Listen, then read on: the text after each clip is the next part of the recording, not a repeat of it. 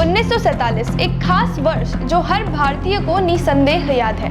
लेकिन 3 जून 1947 यानी कि आज से 75 साल पहले भारत को 2 टुकड़ों में बांट देने का ऐलान हुआ था। 3 जून 1947 को लॉर्ड माउंटबेटन ने भारत के 2 हिस्से करके भारत और पाकिस्तान बनाने का ऐलान किया था।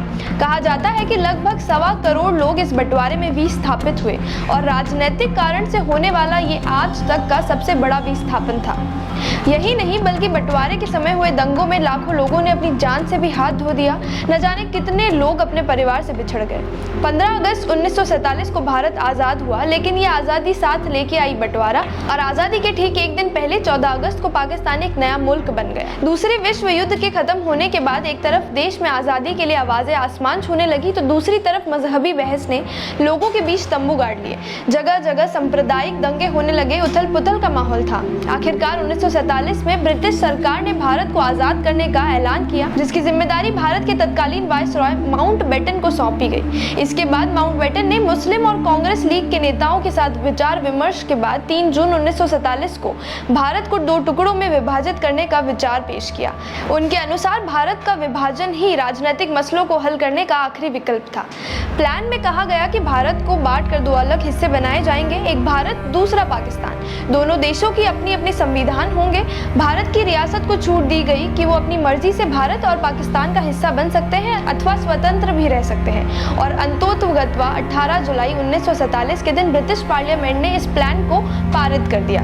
इस प्लान से भारत को आज़ादी तो मिली, लेकिन इसके साथ ही कश्मीर जैसी कई जटिल समस्याओं ने जन्म लिया, जिसका भुगतान आज तक दोनों देश कर रहे हैं। दोस्तों, सीबीसी न्यूज आपके सहयोग से लगातार बढ़ता जा रहा है। स्वतंत्र पत्रकारिता का सहयोग करने के लिए आपका धन्यवाद। सबसे पहले तो जिन लोगों ने हमारे चैनल को सब्सक्राइब नहीं किया है तो पहले सब्सक्राइब करें, जिसका कोई शुल्क नहीं लगता और बड़ा आसान है। बस नीचे दिख रहे लाल सब्सक्राइब के बटन को दबाना है और पास में दिख रहे बेल आइकन को भी दबाना है, ताकि आपको अपने सीबीसी न्यूज के हर अपडेट्स मिल सके। हमारे इंस्टाग्राम पेज और फेसबुक पेज को भी लाइक करें, फॉलो करें। वहां पर भी आपको मिलती है तरह तरह के अपडेट्स। हम पूरे राजस्थान से आपके लिए लाते हैं वो खास खबरें जो आपके लिए जरूरी है, और वो भी पूरी बेबाकी के साथ।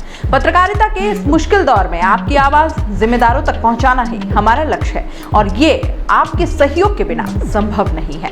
हमारा सहयोग करें, स्वतंत्र पत्रकारिता में अपना योगदान दें और ज्वाइन बटन पर जाकर सदस्यता लें, चाहे सबसे छोटी सहायता के रूप में ही क्यों ना हो। जनता की बेबाक आवाज बने रहें, उसके लिए सहयोग आपको ही करना है। सब्सक्राइब करिए और ज्वाइन बटन पर क्लिक कर सदस्यता ग्रहण कीजिए।